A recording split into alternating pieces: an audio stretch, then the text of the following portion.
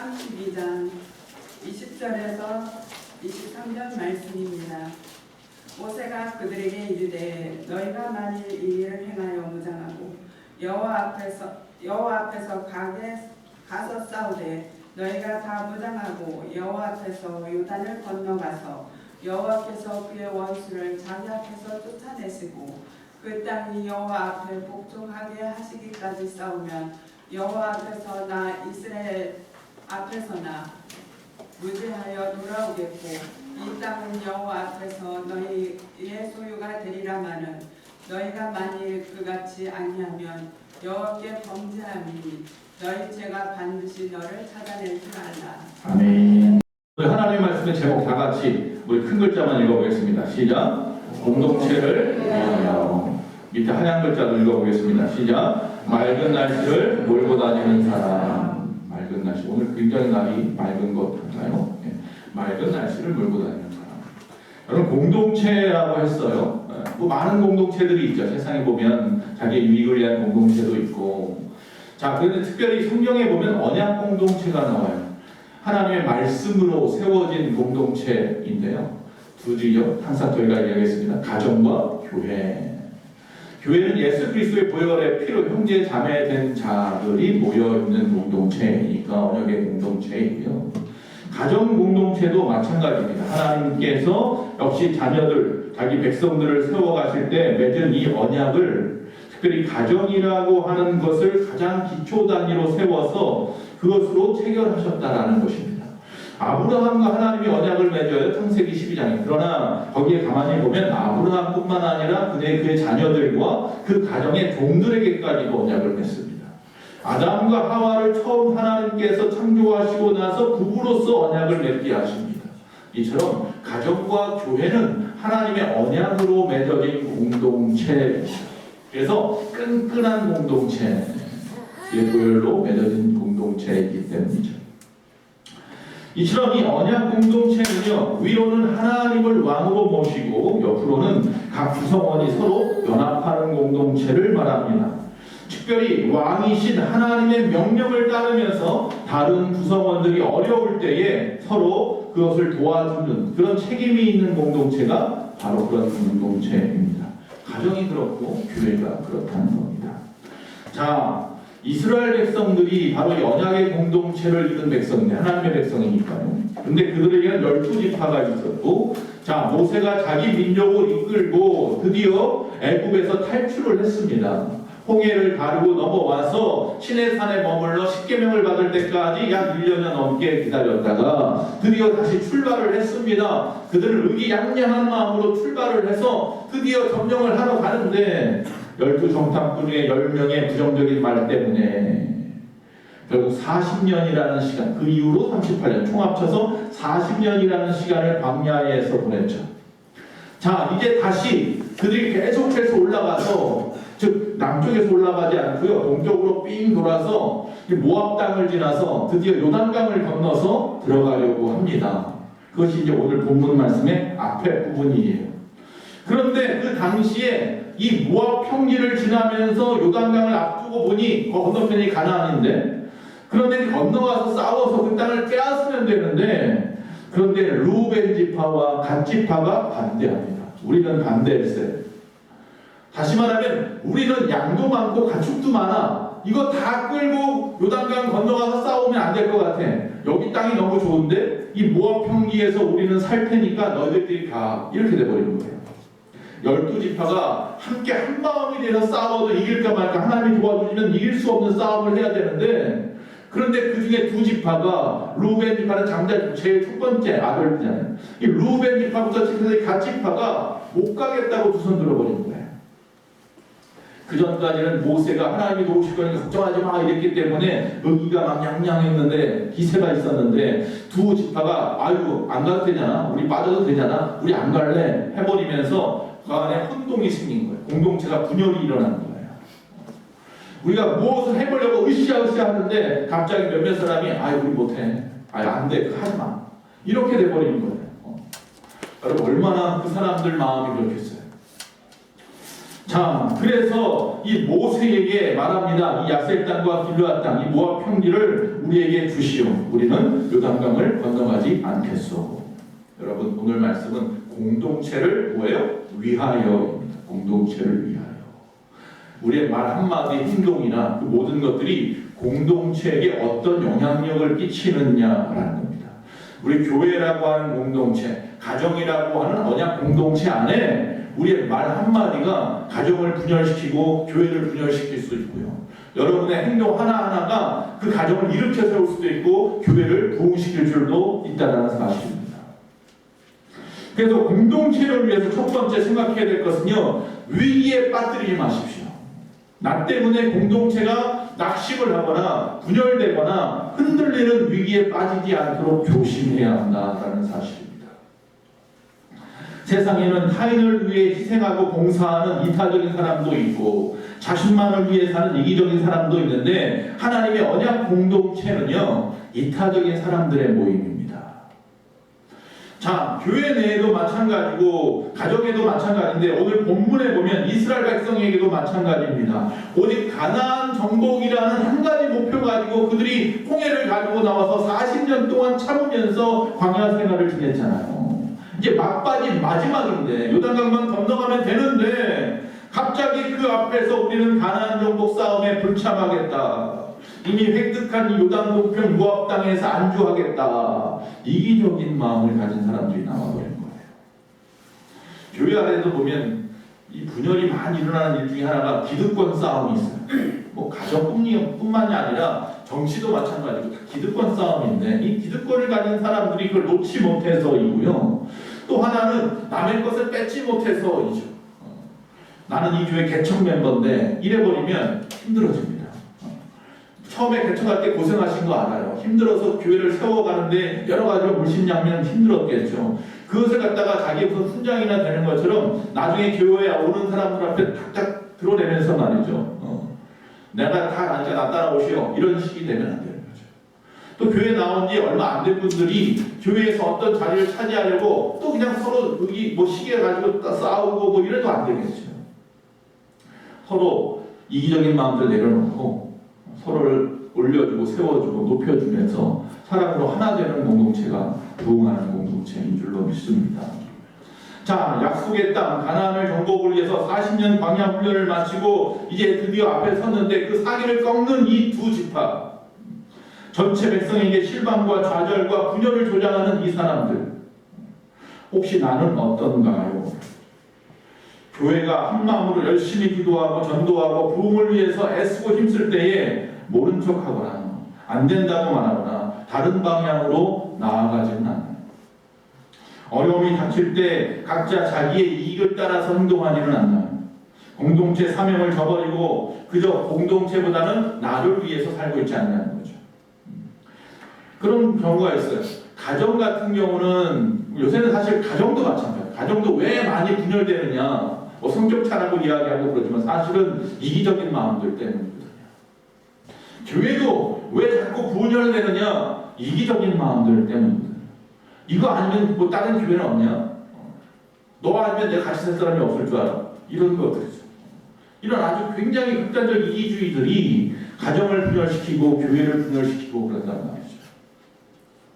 건강한 공동체는요, 자기의 책임을 다하는 것입니다. 건강한 공동체는요, 사랑으로 하나 되려고 애쓰는 공동체입니다. 내가 좀 희생하더라도, 내가 뭐 손해를 보더라도 공동체를 위해서 희생할 줄 알고 사랑을 베풀 줄 알아야죠. 우리 예수만 공동체는 이기적이 아니길 바랍니다. 인간적인 욕심이 아니길 바랍니다. 그래서 공동체를 낙심케 하는 일이 없기를 바랍니다. 어느 저명한 내과 의사가요, 중병에 걸린 아이를 살려주었습니다. 그래서 감사하는 마음으로 어머니가 왔어요. 그리고 선물이라고 보답이라면서 자신이 직접 만든 지갑을 가지고 선물로 주었습니다. 이 의사는 이 사람이 부잣집 사람인 걸 알고 혹시라도 큰 선물을 줄 줄 알았는데 딱 열어봤더니 그냥 지갑 하나 들어있는 거예요. 기분이 상해버렸습니다. 그러면서 이 지갑이 이 아이를 생명을 살려줬는데 그 생명의 보답이란 말입니까? 말도 안 됩니다. 투덜투덜거립니다. 그냥 그 부인이 말합니다. 그럼 아들을 고쳐준 대가를 얼마 주면 되겠습니까? 물어봅니다. 그러자 말합니다. 거드름 피면서 한 1억은 줘야 되지 않겠습니까? 우리 돈으로 얘기하는 거예요. 그러자 그 부인이 그 지갑을 갖다가 펼쳐봅니다. 거기에 백지수표가 들어 있었습니다. 거기에서 직접 거기다가 1억 이렇게 써가지고 그거 주면서 이거 먹고 떨어지시오. 그런 마음으로 저고 그냥 나와버렸답니다. 이 사람은 자기 이익만 쫓다가 자기가 원하는 대로 행동하다가 오히려 많은 것을 잃어버린 사람입니다. 성경에 보면 수많은 사람들이 그래. 아간이 그랬고 게하시가 그랬고 말이죠. 게하시는 가만히 있었어도 나만의 그 가져온 선물에 욕심만 안 부렸어도 엘리야 다음에 위대한 선지자 엘리사 다음에 위대한 선지자 게하시 이렇게 될 뻔했는데 성경에서 오히려 그 일 때문에 나병에 걸려서 성경에서 쓸쓸히 퇴장해버리는 사람이 되어버렸어요. 그 눈앞에 있는 이익만 쫓다가 정말로 큰 것 빠져보지 못하는 사람들이 많아요. 이 루벤 지파와 갓 지파가 바로 그런 사람일 수 있어요. 그들의 무리한 요구, 그것은 결국 그 공동체를 무질서하게 만들었고 그로 말미암아서 공동체가 흔들릴 수 있는 상황이 돼버린 거죠. 자, 그런데 여기서 만약에 이 사람들이 자기의 그 무리한 요구들을 내려놓을 수만 있다면 얼마나 큰 일이 벌어졌겠습니까? 우리는 하나님과 상관없는 것에서 얻는 그런 기쁨보다 그 소유를 내려놓음으로써 얻는 기쁨으로 만족할 줄 알아야 합니다. 성경은 분명히 말합니다. 주는 것이 받는 것보다 복되다 그랬습니다. 이제부터라도 세상의 것에 대한 집착을 좀 내려놓고 이 피조물과의 관계된 하나님의 그 진리를 좀 깨달아서 하나님의 방식, 공식을 좀 깨달아서 내 생각, 내 방식을 좀 내려놓고 하나님이 내가 만약에 내 방식은 1 더하기 1은 2지만 하나님은 1 더하기 1은 30도 되고 60도 되고 100도 되는데 말이죠. 하나님의 그 방식대로 순종하는 저와 여러분 되시기 바랍니다. 그것이 내 영혼도 살리고 우리의 공동체도 살리는 방법입니다. 교회 안에서 나만 잘 살면 돼, 그러면 그만이야, 이런 이기적인 생각은 위험합니다. 공동체의 구성은 다 잘 살 수 있는 방법을 모색해야 됩니다. 더불어 행복해질 수 있는 방법을 모색해야 합니다. 잠시만요. 여러분 안 더우세요? 저 굉장히 열기가 막 올라오네요. 더우시면 옆에 선풍기 틀어도 되고요. 뒤에 에어컨을 틀어도 됩니다. 남을 먼저 생각하고 남을 위해서 불편한 것들, 힘든 것들도 좀 감수하고 희생하고 그럴 때 아름다운 공동체, 그런 가정이 행복한 거예요. 여러분, 저 가정은 정말 행복한 가정이야. 그 가정이 그렇게 행복해질 수 있었던 이유는 서로 간에 이해하고 서로 간에 조금 자기가 조금 부담되더라도 자기가 조금 더 노력하고 손해보고 이게 밑에 깔려있는 거예요. 눈에 보이진 않아도. 교회 공동체도 마찬가지예요. 건강한 공동체, 뭐 가만히 있어도 건강해진 게 아니에요. 정말 믿음 안에서 서로 자신의 책임을 다 지어주고 서로 남을 갖다 이해하고 용서하고 말이죠. 그러면서 자신의 좀 손해를 보더라도 전체 공동체를 위해서 헌신하고 그게 모여서 우리 눈에는 그냥 겉에 보이는 부흥이나 겉에 보이는 행복함이나 건강한 모습만 바라보는데 그 밑에서 그들이 얼마나 열심히 노력하고 있는지. 물에 떠있는 오리가 겉은 평온해 보이지만 밑에서 물장을 얼마나 많이 치고 있는데 그게 평안함의 유의인 것처럼 여러분 한 사람의 헌신과 수고가 교회를 평안하게 강건하게 세워가는 것이고 여러분의 가정이 행복한 가정이 되는 방법인 거죠. 두 번째 좀 생각해 볼 것은요. 자, 위기에 빠뜨리지 않도록 노력하셔야 되고요. 두 번째는 지도자가 위기 관리 능력이 좀 필요합니다. 공동체가 위기에 닥칠 때마다 정말 중요한 것은 뭐냐면 강한 리더십입니다. 한 나라에도 정치하는 사람들의 강한 리더십이 중요하듯이 교회도 마찬가지고 가정도 마찬가지고 그 리더가 되는 사람들의 강한 리더십이 중요하다라는 사실입니다. 이 모세는 이 루벤과 갓 지파의 요구에 대해서 어떡합니까? 뭐 어쩔 수 없네. 그럼 너희들 여기 있어. 이러지 않고 아주 강하게 대응합니다. 아닌 건 아닌 거예요. 그들 말이 그렇게 크게 문제될 건 없어요. 우리가 너희들한테 무슨 뭐 피해를 주겠다는 게 아니야. 우리 그냥 여기 머문다는 것 뿐이야. 너희들이 잘 싸워 응원해줄게, 박수 쳐줄게. 그렇게 말하는 거란 말이에요. 그러나 모세는 단호하게 대응합니다. 7절에 보면 그런 말씀이 있어요. 어찌하여 이스라엘 백성들, 이스라엘 자손들을 갖다 낙심하게 만드느냐. 너희가 만든 그 낙심 때문에 우리가 가나안 땅에 건너가지 못할 수도 있겠다. 그렇게 말을 합니다. 네 말 한마디가 이 공동체가 앞으로 어떻게 될지에 대한 큰 부분을 차지하는 거야. 말 한마디 조심해야 돼.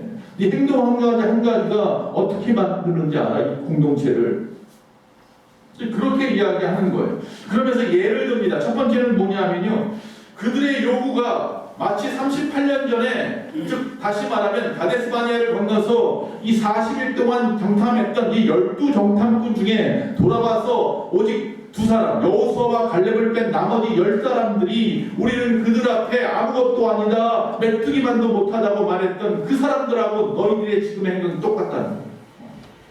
그때 우리가 이미 이 38년 전에 들어갈 수 있었는데, 하나님의 은혜로 나아갈 수 있었는데 그 10명이 안 됩니다 하는 바람에 우리가 38년 동안을 광야에서 또 이렇게 허송세월을 보내고 있었다. 하나님의 훈련을 또다시 받아야 됐다. 얼마나 그때 낙심했냐, 많은 사람들이. 얼마나 많은 사람이 낙심했냐. 근데 네가 지금 하는 이 말이 또다시 우리들을 낙심하게 만들고 있다. 여러분, 그 이야기를 모세가 하고 있습니다. 개인이나 단체 혹은 성경 속에 어떤 과거에 비슷한 일이나 그 사건들을 갖다가 좀 드러내보면서 이럴 땐 어떤 일들이 있었지 바라보는 것이 좀 중요합니다. 이 옹고지신이라는 말이 있어요. 공자가 그런 얘기를 합니다. 과거를 복습하여서 새 것을 아는 자가 참된 스승이다. 모세가 그런 사람이었다는 거죠. 과거에 우리에게 어떤 일들이 있었는지 기억해봐라. 그걸 안다면 네가 지금 이렇게 할 수 있겠느냐. 성경에 너와 같이 행동하다가 어떤 일을 당했는지 기억해봐라. 그걸 안다면 지금 네가 그렇게 해야 되는 것이 맞아. 조목조목 따져줄 수 있는 리더가 좀 필요한 거죠. 두 번째는요, 하나님을 온전히 따랐던 여호수아와 갈렙은 어떻게 됐는지 아느냐라고 또 계속해서 이야기를 합니다. 온전히 따르던 그들은 가나안에 결국 들어갈 것이고, 그렇지 않은 자들은 어떻게 할 거다? 죽을 것이다 라고 말하고 있습니다. 하나님을 떠나면 하나님은 그들도, 우리가 하나님을 떠나면 하나님도 그들을 버릴 것이다 라는 거죠. 그래서 결국 그 사건 때문에 얼마나 많은 사람이 죽음을 당했는지 너희가 알지 않느냐라고 이야기를 하는 거예요. 그리고 나서 세 번째로 공동체의 사명이 무엇인지 분명히 다시 지명해주는, 우리가 왜 가나안을 가려고 하는지 너희 알지 않느냐. 우리가 왜 애굽을 나왔냐. 왜 40년 광야 훈련을 받았냐. 가나안에 들어가는 거, 하나님의 땅에 들어가는 것 때문이다. 근데 너희 안 들어가겠다고? 여기가 좋으니까 여기서 남겠다고? 도대체 너희들 왜 나온 거야? 우리의 목표는 여기인데 여기가 좋으니까 이쯤에서 멈춰버리겠다고 이야기하는 거 아니야. 그 이야기를 하고 있는 거예요. 이처럼 이 모세는 강력하게 그들에게 뭐랄까 대응하기도 하지만 또 격려하기도 하고 또 그들을 바른 길로 지도하려고 조목조목 이야기해 주기도 합니다. 자, 그럴 때에 그 이야기를 듣는 사람의 입장이 중요한 거예요. 위기에 빠뜨릴 것 같은 루벤과 갓지파가 어떻게 했는지 보십시오. 루벤과 갓지파는 그 상황에서 결단합니다. 알았습니다. 오케이. 따라가겠습니다. 할렐루야. 이게 중요한 거예요. 여러분, 지도자의 그 사랑, 권면, 그 책망을 귀담아 들을 수 있는 귀가 좀 있어야 돼요. 그걸 받아들일 때 하나님의 회복의 역사가 일어나는 줄로 믿습니다. 어떤 분이 그럽니다. 왜 교회를 내가 수십 년을 다녔는데도 왜 나는 복을 받지 못합니까?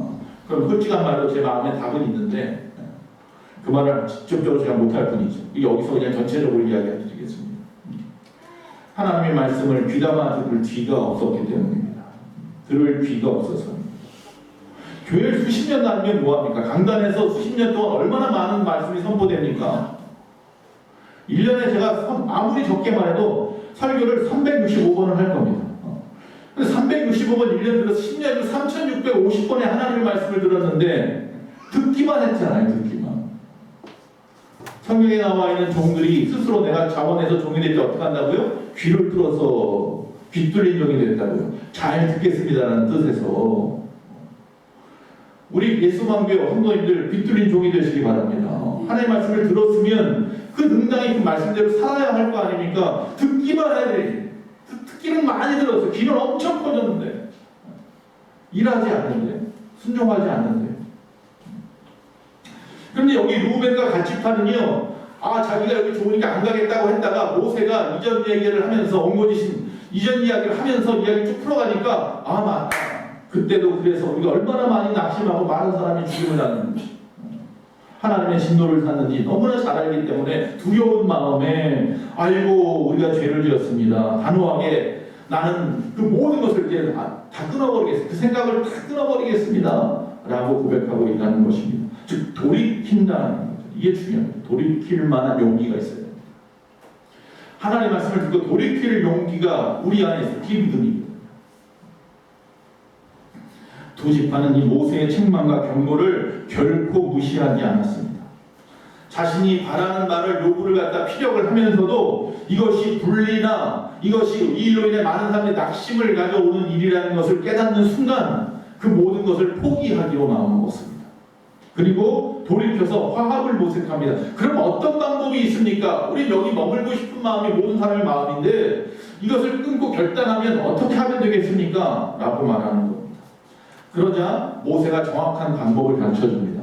너희가 이 땅을 원하니 여기 있어도 돼. 그러나 전쟁을 치러야 하니 전쟁이 끝날 때까지 너희 중에 장정들은 다 나와서 하나님 앞에 서서 싸워라. 우리와 함께 싸우자는 거예요.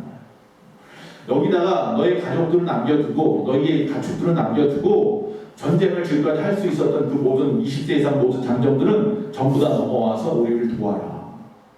그 이야기를 하는 거죠. 정확한 해결 방법을 줍니다. 이 방법만큼 지혜가 어디 있습니까? 모세가 큰 지혜를 가르쳐 준 거예요. 너희들이 원하는 것도 없고 또한 하나님의 명령도 수행할 수 있는 방법은 그래 너희 이 땅에 머물지만 너희들은 가서 전쟁하고 전쟁이 끝나면 다시 돌아와서 그 땅을 차지하라. 이런 지혜가 리더에게 좀 강력한 리더십이 바로 이런 지혜가 아닌가 싶습니다. 잠시 잘못된 생각과 판단을 할 수 있습니다. 누구든지 실수할 수 있습니다. 실패할 수도 있습니다. 그런데 중요한 것은 돌이키는 자가 복되다. 그리고 요단 서쪽에서 기업을 받지 않겠다고 약속을 합니다. 전쟁을 하다 보면 또 욕심 생길 거 아니에요. 근데 가나안에서 또 우리 요구를 갖다 자기의 그 어떤 그곳에서 행했던 일들에 대한 상을 갖다 받겠다고 하면서 이 땅 좀 줘라 뭐 이럴 수 있잖아요. 근데 그러지 않겠다고 약속합니다. 우리 그냥 여기 어디에 했으니까 그냥 모아평지 이걸 만족해. 전쟁은 같이 가서 할 거야. 하지만 거기서 어떤 뭐 정말 좋은 걸 봐도 하나도 받지 않을게. 요구하지 않을게. 그렇게 약속을 맺게 되는 겁니다. 이처럼 우리가 권리와 함께 책임과 의무도 따른다는 사실을 기억하고 열심을 다할 때 모든 사람부터 인정받는 것이고 그런 공동체가 건강한 공동체입니다. 네 번째로 이렇게 사명을 감당하는 자에게는요 하나님이 상급이 항상 따른다는 겁니다. 이게 당연한 일인데도 불구하고요 하나님은 그 당연한 일이라도 순종하는 자들을 그냥 하나님도 그냥 함부로 놓지 않습니다. 다 일일이 다 계산해 보시고 하늘의 상급으로 주시는 줄 믿습니다. 여러분이 믿음 생활 열심히 하는 건 당연한 건데도 우리가 교회 나와서 우리가 10의 1조 생활을 하는 것도 우리가 하나님께 모든 것을 받았습니다 고백하고 그 중에 가장 작은 단위 10분의 1만 나눠서 이거 하나님의 겁니다 하고 돌려주는 건데 돌리는 건데 그것도 하나님은 기쁘다고 해서 성경에다가 수만 5만 가지의 복을 갖다 가득 채워가지고 그렇게 주겠다고 약속하시는 분이 하나님입니다.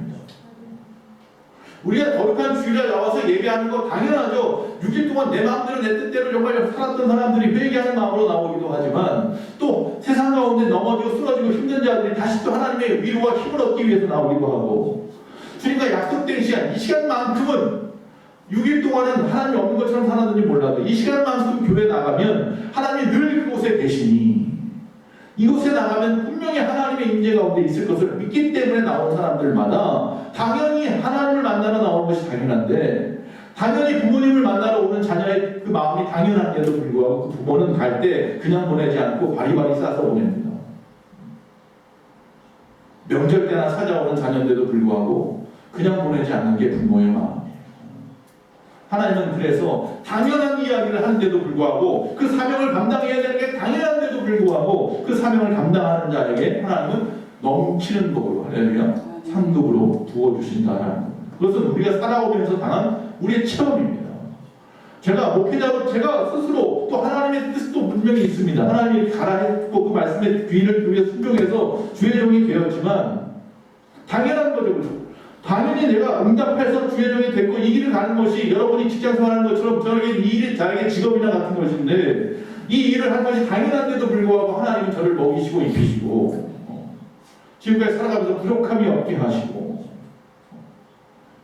제가 목회를 시작하면서 항상 마음속에 가졌던 게 뭐냐면 죄송합니다. 얘기가 좀 했는데 말씀이 끝나가는 부분인데 우리 성도님들이 하나님 앞에 귀한 예물을 바쳐요. 11조도 하고 헌금도 하시고 여러 가지 특별한 것도 하고 막 그러잖아요.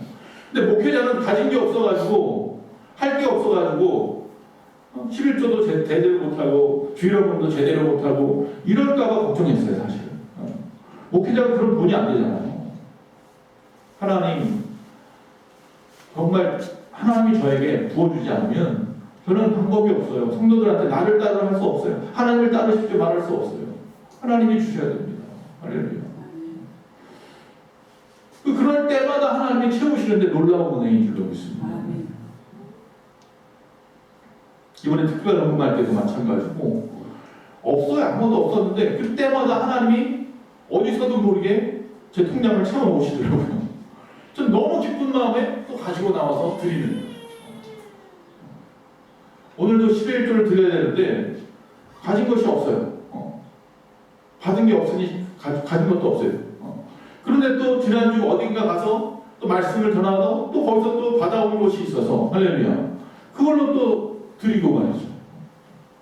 그러니까 하나님 막 채워서 드리게끔 만드는 거예요. 얼마나 감사하지 몰라요. 그런 어떤 체험이 능력 있는 체험이 있으니까 강단에 설 수 있는 거거든요. 그러니까 여러분 앞에 감히 담대하게 이야기하는 것은 이 부족한 자도 하나님이 채우시는데 이 연약한 자, 부족한 자, 아둔한 자도 하나님이 세우셨을 때는 채우시는데 여러분이 하나님의 뜻대로 살아가시면 하나님이 여러분을 안 채우실까요? 앞에서 말씀드리잖아요. 여러분이 노력해서 얻는 것보다 하나님이 주어주시면 한번 훅 불어버리면 놀라운 복입니다. 감당할 수 없는 복으로 부어주신다니까요. 1 더하기 1은 2가 아니라 30배, 6배, 100배라는 말입니다. 왜 그걸 모르시려는 거죠? 이 사람들은 그걸 이게 깨달은 거예요. 그래서 이 두 지파가 따르겠습니다. 가겠습니다. 가서 열심히 싸우겠습니다. 싸우고 내 주장하고 권리 주장하지 않겠습니다. 우리 그냥 돌아와서 여기서 그냥 잘 살겠습니다. 그때 모세가 뭐라고 말하는 줄 아십니까? 여호와 앞에서 싸우라고 했어요. 이 대단한 말입니다. 위대한 말입니다. 여호와 앞에서 싸우라. 너희들이 여기서 싸울 때 저 남겨놓은 가족들 생각하면 싸움 못한다는 거예요. 여호와 앞에서 싸우라는 얘기는 여호와보다 앞서라는 이야기가 아니라 하나님이 항상 여러분 뒤에서 든든한 백이 되었다는 사실을 잊지 말고 하나님이 여러분을 주목하고 있다는 사실을 잊지 말고 하나님이 증인 되어주시고 하나님께서 분명히 너희의 모든 싸움을 승리케 할 것이라고 하는 반드시 그 약속을 이행할 것이라는 것을 믿고 나아가라는 이야기입니다. 여러분의 생활도 마찬가지예요. 생업도 마찬가지예요. 여호와 앞에서 싸우시기 바랍니다. 가나안 정복하여 그들이 승리할 수 있었던 이유가 바로 뭐냐? 생각해보세요. 가나안 땅에 7 족속이 살아요. 7 나라가 있다는 쉽게 얘기하면. 그런데 싸움이라는 것은 가나안 광야에서 잠깐 싸워봤던 것밖에는 싸워본 것이 없었던 이 사람들이 그 땅에 들어와서 전쟁을 한들 얼마나 싸워서 이길 수 있을까? 근데 이 여리고성이 무너지는 사건서부터 시작해서 하나님이 간섭하시는데 놀랍게 싸워서 승리해서 그 땅을 다 차지하는데 몇 년 걸리지도 않았어요. 7년 안에 다 차지했어요. 여러분, 그들이 승리할 수 있었던 이유는 뭐라고요? 여호와 앞에서 행한 것 때문입니다. 여호와 앞에서 행한다는 이야기는 여호와께 복종하였기 때문입니다. 사람이 임의로 하거나 임의로 하지 않아도 되는 전쟁이 아니라 하나님께서 싸움을 원하시고 허락하신 싸움이라면 하나님이 여러분을 책임질 것이니 열심히 나가서 싸우시기 바랍니다. 내가 임의로 하면 안 돼요. 내 생각에 따라, 내 계산에 따라가 아니라 하나님 기도하고 하나님이 오케이 사인 주시면 당당히 나아가는 거예요. 20절, 23절 사이에 보면 오늘 본문 말씀에 보면요, 이 여호와라는 단어가 7번이나 나옵니다. 왕이신 하나님이 가나안 전쟁의 주권자, 책임자니 걱정하지 말라는 이야기예요. 그의 명령대로 여호와 앞에서 행하겠다 약속만 하면 됩니다. 하나님이 우리에게 요구하시는 거요 무리한 거 아닙니다. 많은 업적을 세우라는 거 아닙니다. 하나님이 알아서 하실 겁니다. 우리 걱정하지 말고 순종하고 복종하고 따르기만 하면 된다는 거예요. 거기에 따른 결과는요, 하나님이 책임집니다. 아멘. 모세는 하나님과 또한 제사장 엘르아살과 지도자 여호수아 앞에서 모든 수령들을 증인 삼아서 그 앞에서 이 두 지파와의 언약 내용을 이야기합니다. 내가 이 두 지파와 언약을 했다. 나는 가나안에 못 들어가. 하나님이 들어가지 말라고 했어. 이제 여호수아와 이 제사장 엘르아살이 너희들이 이끌고 갈 건데 이 약속을 어기지 마라. 내가 없다고 해서, 내가 죽었다고 해서 이들과 맺은 이 언약을 갖다가 파기하지 마라. 이들과 분명히 언약을 맺었다. 이들도 너희들과 같이 가서 전쟁할 것이니 그들이 뭐하고 다시 돌아간다고 하면 그대로 돌아갈 수 있도록 해주어라. 그 약속을 모든 사람 앞에서 공포해서 이 일은 하나님 앞에서와 주의 백성들 앞에서 이루어져야 할 일임을 드러내는 것을 보게 됩니다. 이 두 지파는 처음에는 이기심과 욕심과 아니라는 생각 때문에 공동체를 낙심하게 만드는 위기에 빠뜨릴 뻔했지만 책망을 듣고 나서 돌이켜 회개함으로 말미암아 책임을 다하여 충성된 공동쪽 지파가 되었다는 사실을 우리가 기억해야 됩니다. 그리고 자신들의 바람대로 유다 동편의 땅, 그 좋은 땅이란 말이에요. 그 땅을 갖다가 소유로 받게 되었습니다. 하나님의 사명을 감당하는 자 하나님은 상급으로 선물로 주시는 분입니다. 우리의 공동체의 사명을 잊지 않고 먼저 그의 나라와 그의 의를 구하면 이 모든 것을, 다시 말하면 우리의 개인과 가정과 교회와 여러분의 모든 삶의 생업의 모든 것을 더하여 주시는 분인 줄로 믿습니다. 아멘. 오늘 말씀의 제목, 부제목이 뭐예요? 맑은 날씨를 몰고 다니는 사람들이라고 했어요. 코로나 이전에 우리가 이 필리핀 선교를 갔을 때 우리 성도님들과 2번 가서 2년 연속해서 갔어요. 여기 우리 양경희 원사님이나 정한자 원사님이나 몇몇 분이 같이 갔던 분들이 있어요. 증인입니다. 우리가 갈 때가 항상 언제냐 하면 7월 말에 가요. 근데 보통 그때 가요. 장마가 아직 안 끝나요. 우리나라는 장마가 아직 안 끝날 때고요. 그 나라는 태풍이 한참 올 때예요. 우기. 비가 엄청나게 와요.